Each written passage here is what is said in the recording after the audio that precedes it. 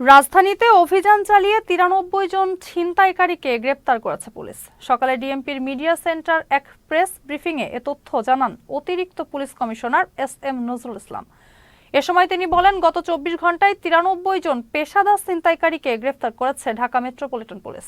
এছাড়া তিনি জানান, ডিএমপির রমনা বিভাগে 8 জন, মতিঝিল বিভাগে 14 জন, লালবাগ বিভাগে 26 জন ও ওয়ারী বিভাগে 10 জন, তেজগাঁও বিভাগে 19 জন, মিরপুর বিভাগে 4 জন, উত্তরা বিভাগে 8 জন ও গুলশান বিভাগে 4 জন ছিনতাইকারীকে গ্রেপ্তার করেছে পুলিশ।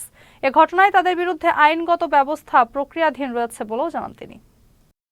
গত 24 ঘন্টা মানে 22 তারিখ সকাল 8টা থেকে 23 তারিখ সকাল 8টা পর্যন্ত 24 ঘন্টায় আমরা প্রায় 93 জন ছিনতাইকারীকে অ্যারেস্ট করতে সক্ষম হয়েছি এবং এদেরকে তাদের বিরুদ্ধে যে আইনানুগ ব্যবস্থা এটা থানাগুলো কার্যক্রম চালাচ্ছে।